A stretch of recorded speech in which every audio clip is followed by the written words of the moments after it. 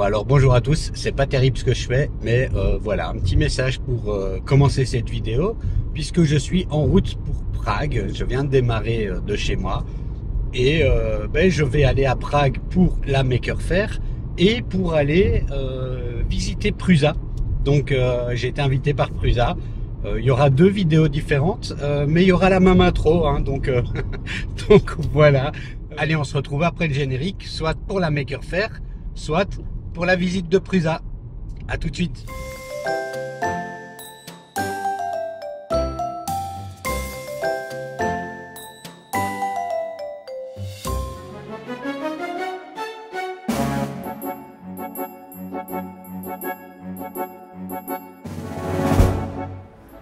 Bon alors voilà, hein, le dernier jour à Prague avec la visite des locaux de Prusa. Alors je suis ici dans un parking qui est à quelques minutes à pied des locaux de Prusa. La voiture dans Prague, c'est vraiment le bordel. Je vais filmer en marchant vers là-bas, comme ça vous voyez. Alors soyez pas surpris, les locaux sont particulièrement moches, hein, faut le dire clairement. Mais je vous expliquerai en allant devant. C'est presque un choix volontaire. Bon, allez, on y va et on est parti.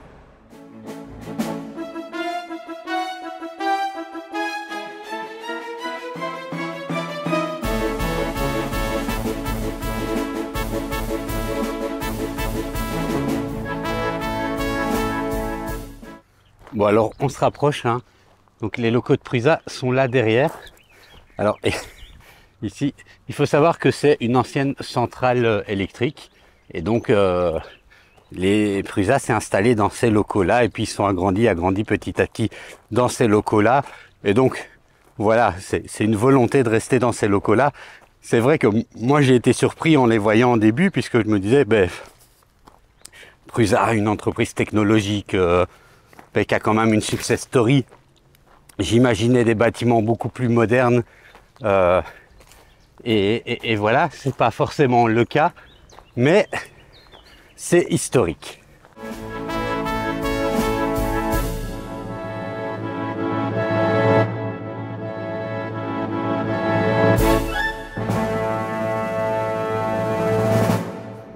Alors voilà, on arrive vraiment devant les locaux de Prusa. Alors non, ce n'est pas ce qu'il y a sur la droite, mais plutôt ce qu'il y a là-bas sur la gauche. Alors au passage, hein, les petites rames ici qui sont très rustiques, je trouve. Et donc voilà, les locaux de Prusa, c'est ce qu'on a là devant. Je vois une boîte aux lettres avec écrit Prusa. Alors petit détail, je pense qu'on est bien chez Prusa parce que là, si je regarde par la fenêtre, je vais voir si je peux zoomer un petit peu.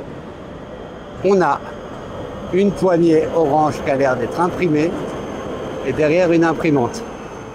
Et donc voilà, là on est devant le bâtiment de Prusa. Alors vous pouvez voir ici un petit peu, hein, on est sur une architecture un petit peu particulière. Et en fait ceci s'explique par une volonté, c'est déjà, il faut savoir que ceci, c'est une ancienne centrale électrique de l'Union soviétique. On peut voir un peu l'architecture comme ceci. Alors il y a eu des petits ajouts après, mais donc Prusa est installé dans les locaux d'une ancienne centrale électrique et historiquement ils ont eu la possibilité de pouvoir bénéficier d'un prix très intéressant sur ces locaux et en plus des locaux qui sont extrêmement bien situés puisque si je me retourne là en face, on a des moyens de transport. Alors je ne sais pas si c'est un métro ou une gare, mais en tout cas on a des moyens de transport qui desservent vraiment bien la ville. On est entouré de trams également et l'autoroute est juste là, donc on a un accès extrêmement facile. Donc c'est déjà vraiment bien pour eux et pour tous les gens qui viennent le voir et puis pour leurs collaborateurs. Ensuite, historiquement et avec une espèce d'attachement, toute la success story de Prusa s'est plutôt réalisée là-dedans. Donc c'est quand même un petit peu compliqué de se dire allez, maintenant qu'on a du succès, hop, on part et on va ailleurs. Et tant pis pour nos collaborateurs qui ont leurs habitudes et tout ça. Alors j'ai pas encore vu à l'intérieur ce que ça donne, mais je suppose qu'à l'intérieur c'est bien aménagé. Et en tout cas, je vois là un rooftop. Alors nous voilà arrivé chez Prusa. On a la boîte aux lettres Prusa Research, hein. C'est du collector. Et on peut voir ici, en fait, on a 4 sociétés différentes, hein, puisqu'on a Prusa Research, Prusa Development, Prusa Manufacturing et Prusa Polymers. Donc, bon, j'imagine que ça, c'est le centre de recherche, le développement software, l'usine et la fabrication des filaments. Alors, petit fun fact, hein, vous voyez ici le badge pour ouvrir la porte. Bon, moi ici, je pense que la réception n'est pas encore ouverte, je suis un peu tôt, mais le badge pour ouvrir la porte, eh ben, est aussi imprimé, hein, en filament. Et on a du Prusa jusque là. Donc voilà, fun fact. Alors me voilà dans la salle d'attente de Prusa, hein, où je vais attendre Théo. Et ben, on a ici déjà une belle petite installation, hein. On peut voir avec une Prusa Custom. Alors, hein, Prusa Cyberpunk. Sérieusement, je l'adore, je repartirai bien avec elle. On a une Prusa Steampunk. Franchement, ça me donne des idées. Je sens que je vais démonter ma Prusa, moi, pour pouvoir faire ce genre de choses.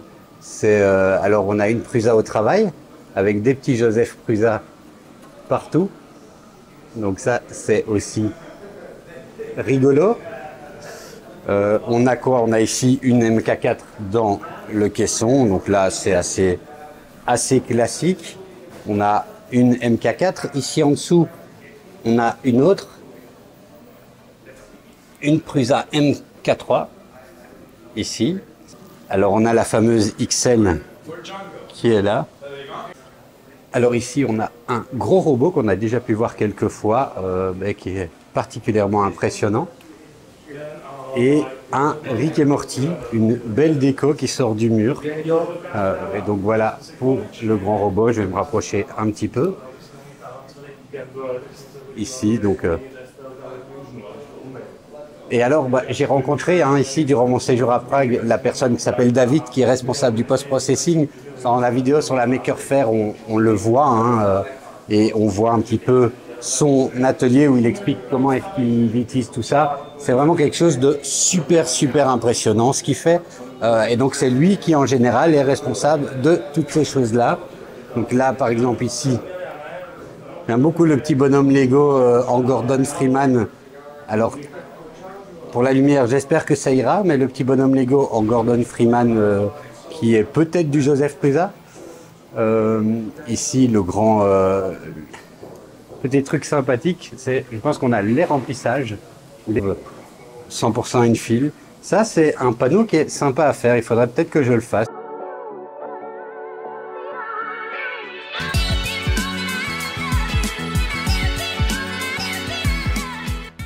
Bon, alors ici, on est dans la partie Fab Lab et dans la partie incubateur, hein. Il faut savoir que Prusa était également un incubateur. Ça veut dire qu'il y a toute une série de gens qui peuvent venir ici essayer de penser, développer leurs projets sous un petit peu le patronage de Prusa, qui va leur permettre d'essayer de se lancer.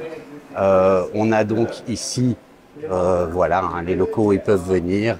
Ils ont leur petite cafétéria. Et on a ici le Prusa, donc c'est le Prusa Lab, où ils peuvent se lancer. Ils ont accès à toute une série d'équipements, hein. Vous voyez qu'on a quand même ici vraiment énormément d'équipements au niveau de ce qu'ils peuvent utiliser.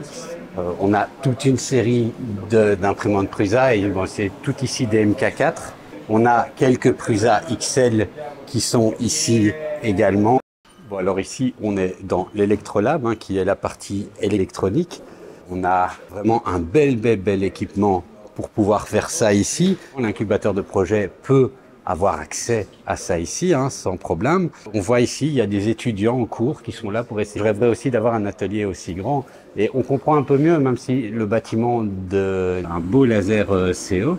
Alors, ça fait un peu de bruit, mais donc avec toute une série de matériel pour tester ou pour, voilà, pour utiliser dans ces projets finaux. Et on a une petite pièce à part, hein, qui est bien séparée ici, la pièce CNC routeur. On a ici toutes sortes de matériaux, et notamment du métal. Hein, vous voyez des belles pièces usinées comme ceci. Donc voilà, hein, encore ici, toutes des technologies à disposition du Fab Lab pour pouvoir faire ça au mieux. Alors ici, on est dans la cour intérieure de Prusa. Hein, je vous ai montré l'extérieur de la centrale et l'extérieur qu'on voit ici de dos. Ils ont dans cette tour-là plusieurs étages.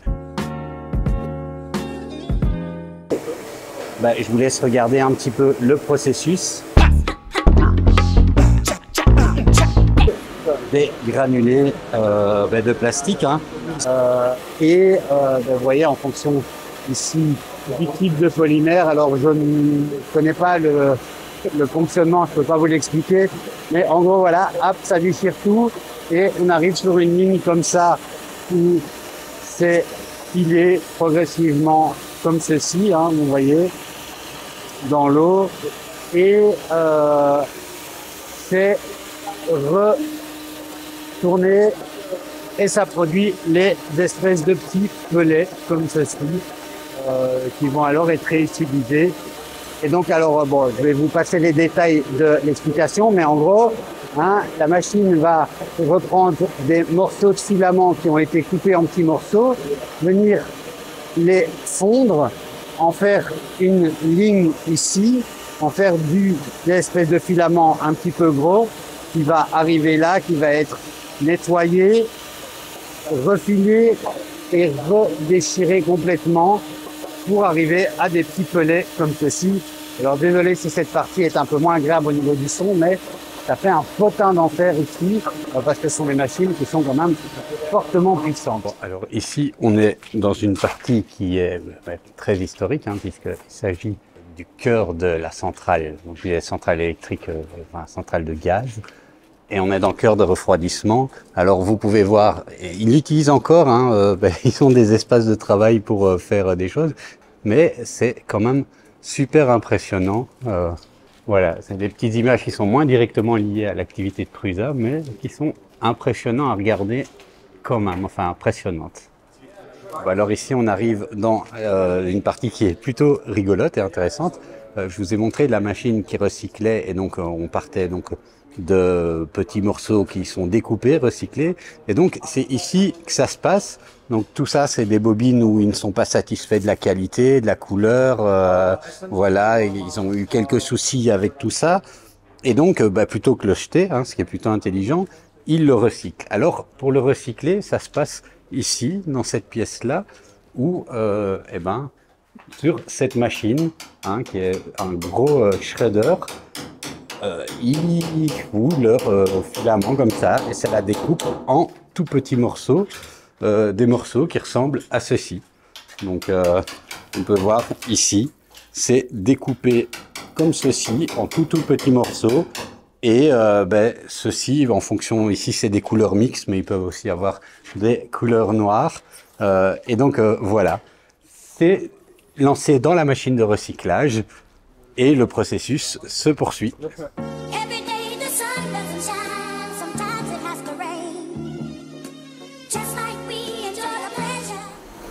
Bon, alors ici, on arrive dans une partie très intéressante, un peu bruyante, mais très intéressante.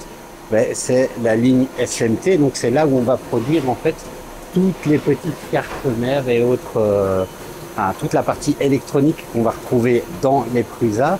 Alors, on a vraiment tout un processus hein, où on voit ici les cartes sont mises dans cette machine, il y a des scanners qui contrôlent. À ce stade-ci, on vérifie que la température des composants est stable avec ces machines. Et puis progressivement, on va venir faire l'électronique. Je ne vais pas m'avancer en détail sur la partie électronique pour pas dire des conneries. Mais ce que j'ai compris, c'est qu'une fois qu'on a mis les composants comme ceci ici, ça arrive dans ce processus. On a les composants qui sont déposés mais pas encore soudés. Donc il y a toute une série de processus, une ligne de processus pour pouvoir avoir ça. Donc les composants sont déposés ici mais pas encore soudés. Et c'est cette grande machine qui va souder tous les composants. Donc c'est une grande machine thermique, elle va souder tous les composants. Ça va passer ici et globalement on aura encore une vérification qui se fait ici avec un scanner qui va checker toutes les cartes et vérifier, on peut le voir à l'image, vérifier si tous les composants sont bons, hein, sont bien soudés, ont les bonnes températures, enfin voilà, donc si tout est très bien. Et puis il y a encore une vérification manuelle des cartes qui sont faites sur ce poste-ci. Et ensuite, bon, il y a un petit peu tout l'assemblage qui se fait pour ce qui sont les parties en plus. Et donc on peut le voir ici avec une opératrice qui est au travail. Et une fois que les cartes sont produites, il y a encore un laser, enfin un scanner qui, là j'ai pas trop compris ce qu'il faisait, mais c'est pas grave. Hein, vous voyez, sauf que vous en mettez plein les mirettes. En tout cas, il vérifie les cartes, que tout soit très bien. Et ensuite, elles sont stockées ici, là. Alors ça, c'est pas l'espace de stockage, hein, c'est un peu comme dans les pharmacies. Donc elles sont stockées par numéro et c'est envoyé dans un étage supérieur où tout est rangé et stocké pour aller sur la ligne de production de la machine. Donc voilà la partie super intéressante. Alors je regrette vraiment de ne pas avoir fait des études d'ingénieur et de ne pas pouvoir mieux expliquer la partie électronique. Mais en tout cas, moi déjà, ça m'épate ici à fond tout ce que je vois là.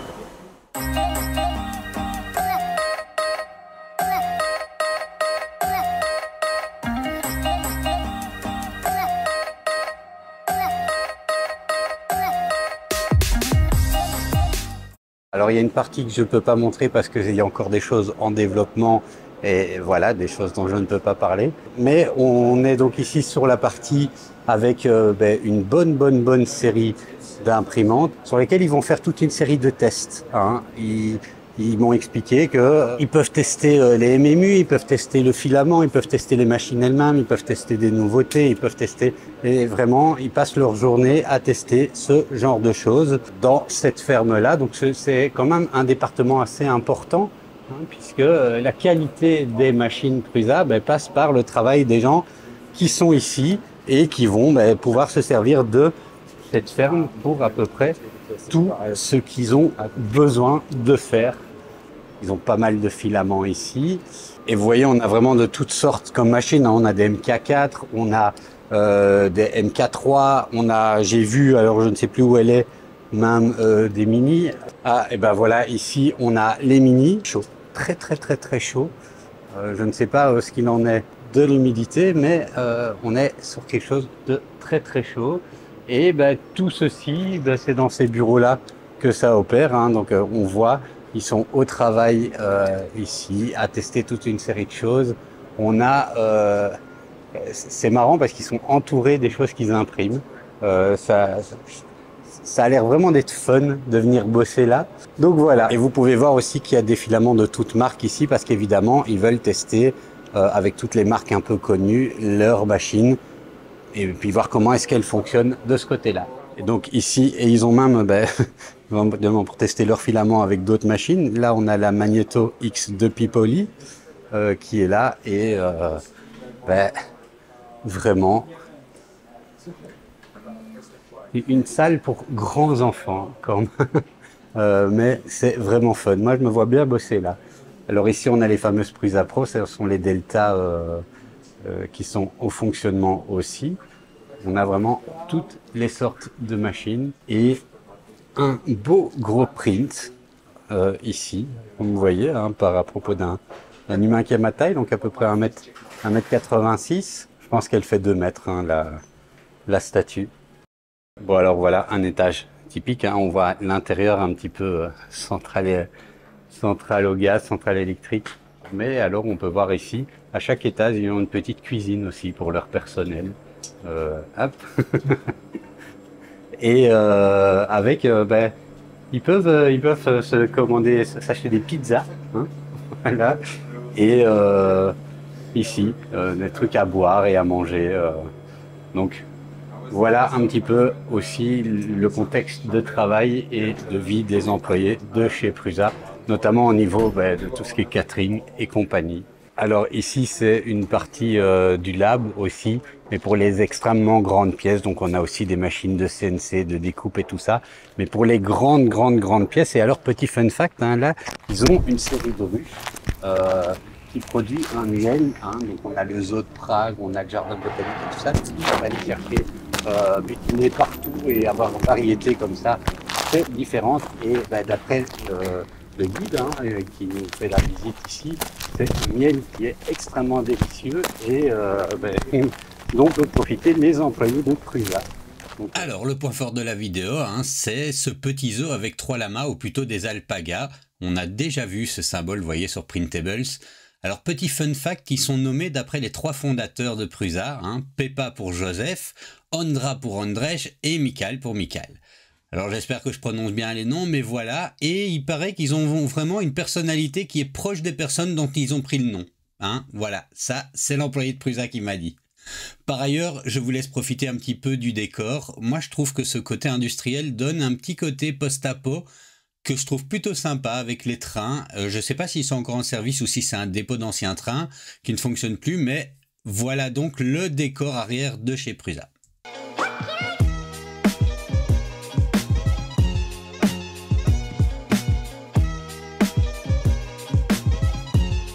Alors pour vous montrer, on a ici la toute première installation de production d'électricité qui est quand même très grande, hein, ce bâtiment qui est très vieux. Puis ils nous ont expliqué qu'avec la révolution russe et tout ça, on est arrivé sur autre chose, c'est le bâtiment qu'on voyait derrière, qui était déjà un peu plus petit, mais qui produisait plus. Et maintenant, et ça continue à fournir en électricité le site, c'est ce bâtiment-là qui est beaucoup plus petit et qui produit encore plus d'électricité que les 2 premiers. Donc voilà, la miniaturisation vient avec le rendement agrandi.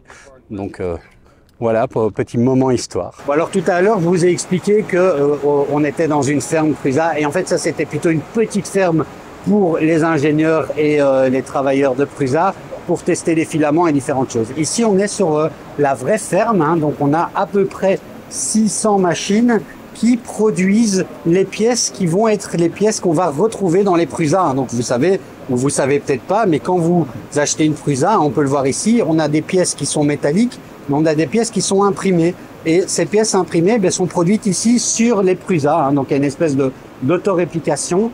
Alors, ils nous ont expliqué que ces machines-là étaient des machines de stock, hein, ce ne sont pas des machines prototypes ou autres. Ce sont vraiment les machines qui prennent de leur stock parce que c'est important pour eux de pouvoir à la fois se servir de ces machines pour produire, mais en même temps, ils se servent de ces machines, hein, elles sont toutes reliées avec une forme de télémétrie pour produire des données statistiques sur l'utilisation de la machine, sur les taux d'erreur, sur après combien de temps d'impression une carte mère va avoir des difficultés. Enfin voilà, toute une série d'informations comme ça qui sont importantes pour eux, pour faire améliorer les machines simplement et avoir une connaissance plus approfondie du taux de vie et des difficultés auxquelles pourraient rencontrer ces machines dans leur utilisation.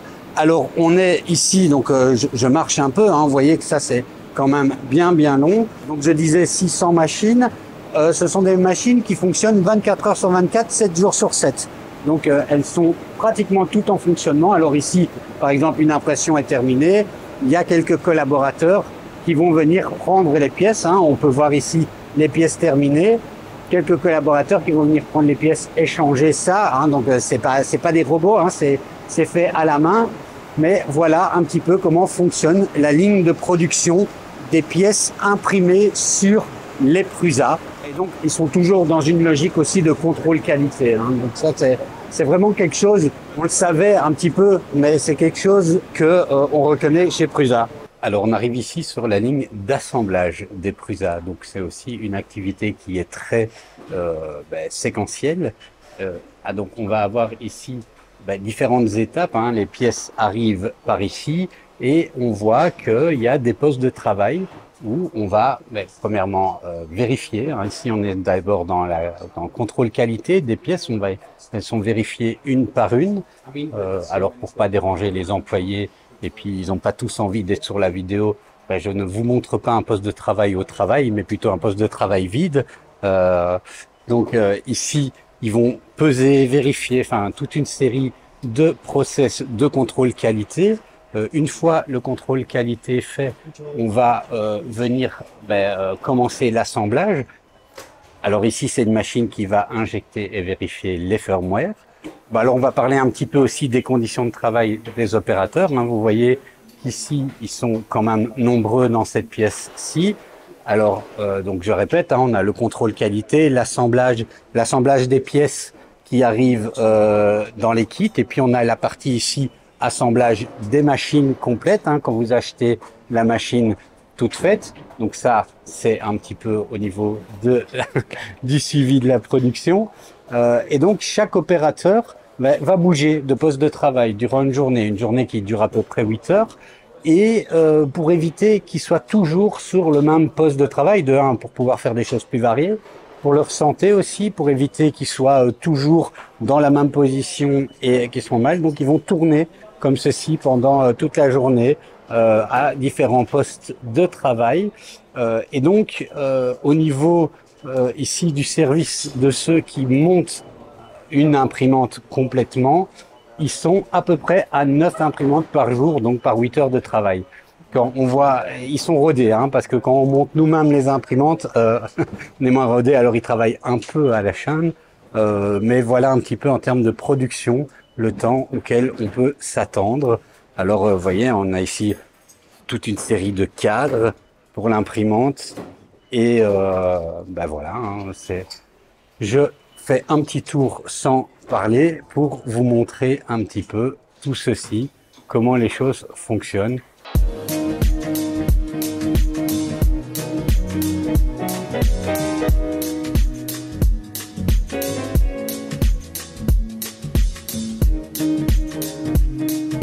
Et à la fin, avant d'être envoyé, chaque imprimante est testée.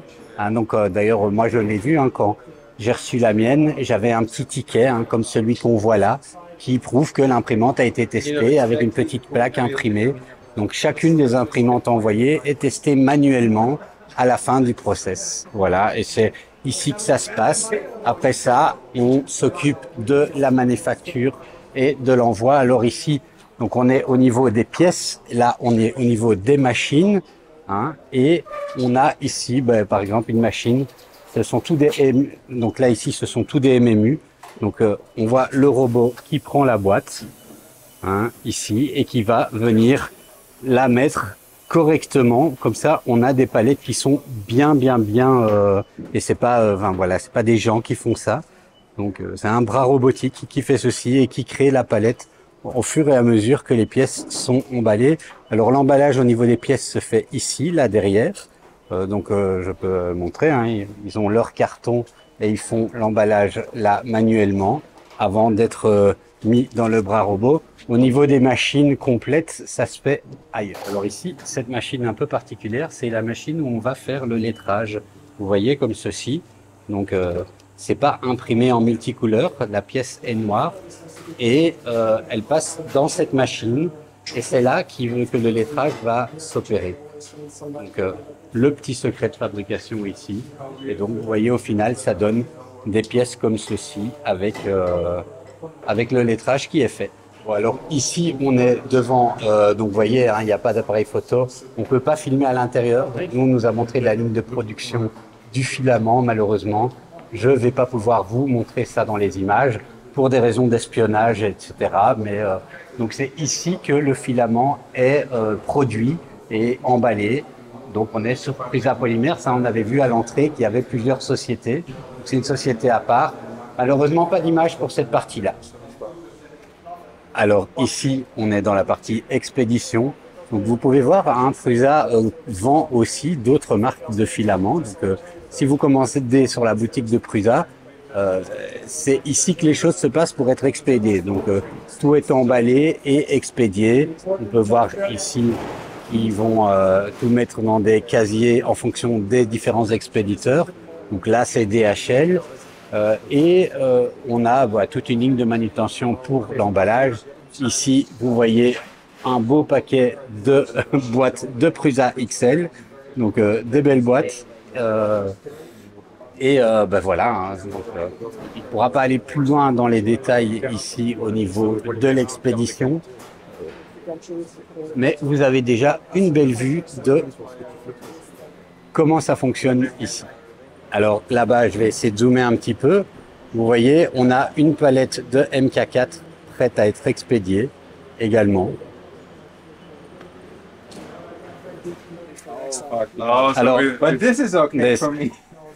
Alors voilà la partie la plus importante d'un paquet d'une Prusa, hein, c'est le pack de Haribo. Donc ici, on a ici les bonbons qui seront mis dans chaque imprimante.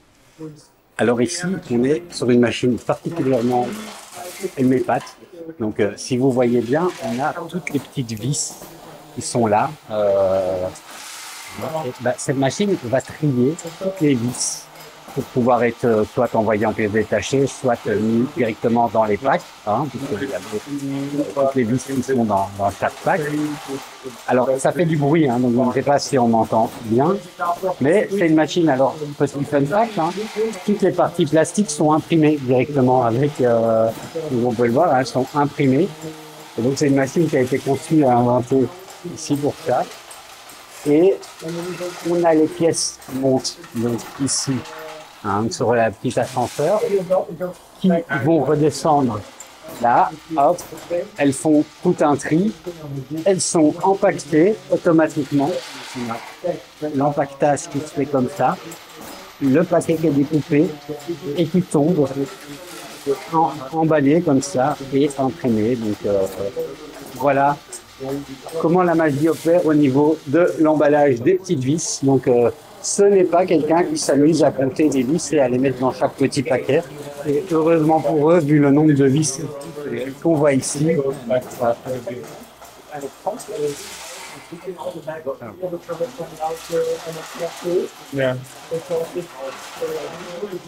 Bon, alors c'est ici que se termine la visite des installations de Prusa. Alors j'avais enregistré une outro sur le site directement, mais la magie de la technique et mon incompétence notoire fait que j'ai eu des images inexploitables. Alors c'est pour ça que je me mets dans l'attirail Prusa avec le t-shirt, le pull à capuche, la casquette. Je ne porte jamais de casquette, mais bon, comme ça, je fais Jones et ça fait cool. Bon, alors on va encore se regarder une petite vidéo, hein. Donc j'avais dans ma vidéo que vous venez de regarder présenté le Prusa Lab, j'avais donné quelques explications, mais j'ai eu la chance après la visite d'avoir la possibilité d'interviewer un des co-directeurs de Prusa, qui nous explique un petit peu ce projet Prusa Lab avec ses mots. Et donc c'est vraiment quelque chose d'intéressant, n'hésitez pas à le regarder.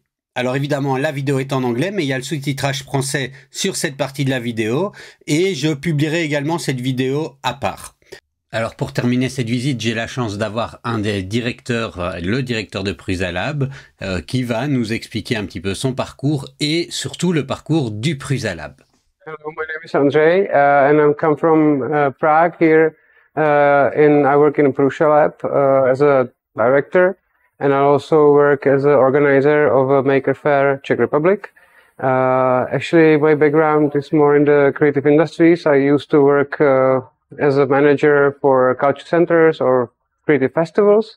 But then I realized that I would rather go for to support of some really people who are doing some physical, tangible stuff. Of course, that I was one of the founder of the first Czech makerspace, and this was the way actually I entered the community of makers and 3D printers, and this was also the way how I meet Josef Prusha, and we chat together, and we realized that this would be great to have a Fab Lab as a Prusa Lab in the factory for help to be able to help our developers, our employees to develop the printers, but also to be able to open the doors of the factories and to invite the people from the broader community to go in, to be able to touch the printers, maybe to get some first knowledge about it. So this was the initial idea. It was back 6 years ago, actually. And first couple of years, the lab, I will show you later on, work really like a Fab Lab. You probably know from your surroundings that Fab Lab is open place where people could come to use the technology, kind of democratize the technology, and also get some knowledge about and good examples how you can use it. we were working like this for a couple of years, let's say, actually until the Corona times. And we used to have like 100 members per month.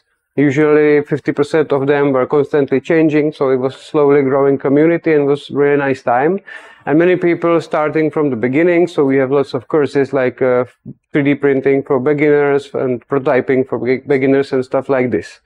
And then we actually realized that slowly other places start to open to do the similar things, offer the courses and schools for 3D printer, for 3D prints, 3D printing and other similar technologies. So we realized how could we be more helpful? So instead of welcoming everyone, we start to focus on particular projects that are already more serious, more advanced, but need the help. Also, after a couple of years, our knowledge gets also higher, and thanks to the, let's say, almost 1,000 employees behind this company, we have lots of different knowledge. So we realized, let's do some more project with particular project managers and invite inventors, and instead of doing basics, we open the hardware accelerator and we go to more deep projects. For example, we did lots of collaboration with our sustainability development, so we do the recycling. For example, here you can see the 3D printed table. It's made of the old parts of our printers. It's shredded, and then there is a big extruder on the robotic arm, and it's printed in one piece. So those are the examples, for example, of recycling. Or here you can see the other example that we just symbolically try to make the skateboard. Again, you see the colors. So it's orange and black. So it's also a formal part of our printers. This is not the way of printing. It's just shred it and heat press it and make a big desk, and then CNC the shape of the skateboard. So this is just the use case that we are also thinking about what to do with our waste or with our rests from the producing process of our printers. Anyway, we are here in the lab, so you can see that what's for us, it's also very important, and for our colleague to have some area for dining. There is a beer on tap sometimes, so we are doing community events. That's what we like. And let's follow me. I will show you some more projects and more parts of the lab. Here is also a showcase of our company. You can see the automatic farming system, which is one of our newest products, maybe focus more on industry use. And then here you can see the 3D printing department containing of MK4s, but also on the left side you can see our rack with SLA printers. In this we particularly trying to do the collaboration where we're showing the 3D print as an important process in the development of huge projects. So we really collaborate with the companies who need our help in the prototyping, and we do lots of content out of it to be able to show what's possible. So for example, we did some trophies for big national championships. It was printed, so again there's a higher publicity about it. We have lots of mentions in the media, so it's great for us that we can kind of stimulate this kind of spreading the 3D print knowledge, let's say. So here you can see the office of my colleagues, mainly contents of the 3D modelers, creatives, but also lots of content creators. And I would like to show you one of our other workshops. This is the workshop focusing on hand tools and hand machines. My colleagues are using it mainly for either post-processing of the prints or also for the completions of some bigger bigger projects. But nowadays we also have in the separate buildings like special place where we have CNC and welding machines and other, let's say, more dusty processes. This is the one project I would like to show you. It's only one segment of big light installation what we've done for the Festival of Lights. It was actually traveling Europe. It was in France, in Metz, for a festival called actually I don't remember, but it was in Metz for a couple months, and it's a great example of 3D print promotion, because this is the module with the 3 legs, and there is a mirror on the top, and you could basically move in all axes. So it goes by Z-axis up and down, and turn other movements around, and there is a mirror on the top, and together there is 90 different mirrors synchronized by Arduinos and Adafruits, but actually we also developed our own PCBs for it, and as you can see, without 3D print we wouldn't be never able to do it. So this is a great example how Prusa Lab works, that's showing the collaboration, because Festival of Lights, as you know, it's really usually in all countries really well visited, so this is a great place how we can show what is possible. Let's go on. I will give you a little introduction to the other 2 departments what we have. These are machines focused on CNC from the metal. It's not usually used in the fab labs, but as I told on the beginning, we work a lot with our developers. So we help them to iterate their work, basically parts of 3D printers. So either coolers, part of motors, extruders, whatever. You can see some examples here. So you can imagine that instead of waiting for some supplier, asking for budgeting and waiting for the job done, they can come here, the developers, they could discuss with us, and on daily basis they could get back their work, their prototypes. So in the end it makes all the development process much faster. Here behind me there are place for our electro engineers. I would say many of our projects are based on electronics, either the input by sensors or some other features you need to recognize, and of course lots of movements, lots of kinetics, but thanks to this knowledge, we also opened the acceleration program I told in the beginning.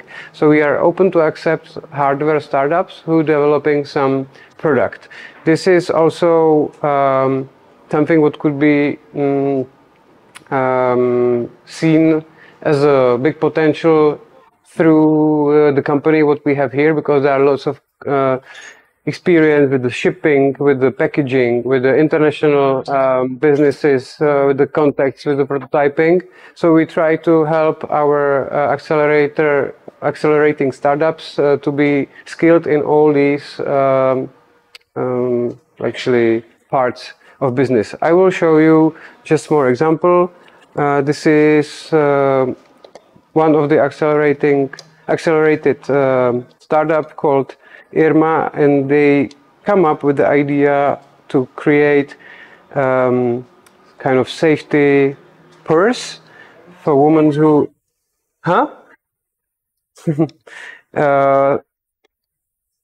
to be able to accommodate some safety features in something what ladies have all the time on their pockets, and also.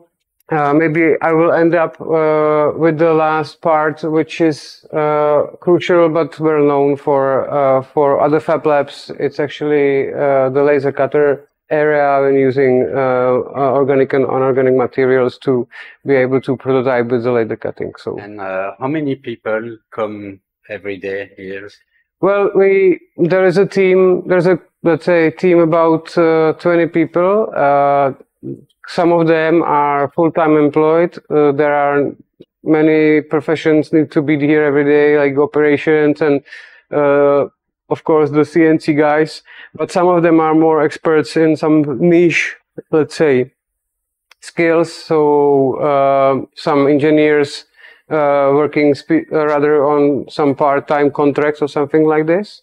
And concerning the public, we are not open to public at all. We just collaborate with kind of winning projects. So we have open calls for artists. Once a year, we choose one artist group and we build up with them artistic installation. I gave you the example. And then we have open call for the startups. They could actually sign in all the year, and we let them do some analysis of their work. Then we have some committee, and if we agree that we could be good partners, we start to developing their business. So this is the way how we can collaborate. And usually the teams are like 2 up to 4 people who coming here for some intense acceleration. Could be like 3 to 6 months. Great. Yeah, as you see, because we have different activities. We work with lots of with the company. We have some external collaboration with the other institutions. There are not much space for members like the classical ones, so that's why we decided to stay focused on in this more advanced project instead of doing this education purposes. But there is other department called Prusa Education. And it's actually strongly focused on the spreading the knowledge about 3D printing and modeling. And there is a chance for anyone from the school or from some free time activities that could ask for a printer and they could receive it for free.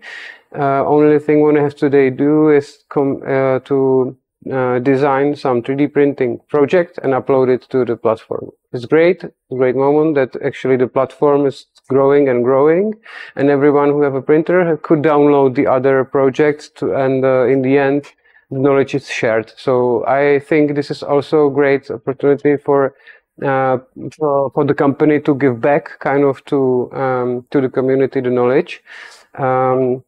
Yeah, so this is one way of this education, and I think what I also should say is that we have lots of the collaboration. What we are doing in the Prusa Lab is not only business based; it's also a couple of social projects. So we work with the hospitals.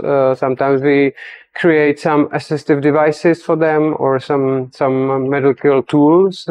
Those who don't need to be certified, so it's rather for like orthopedic use or something like this.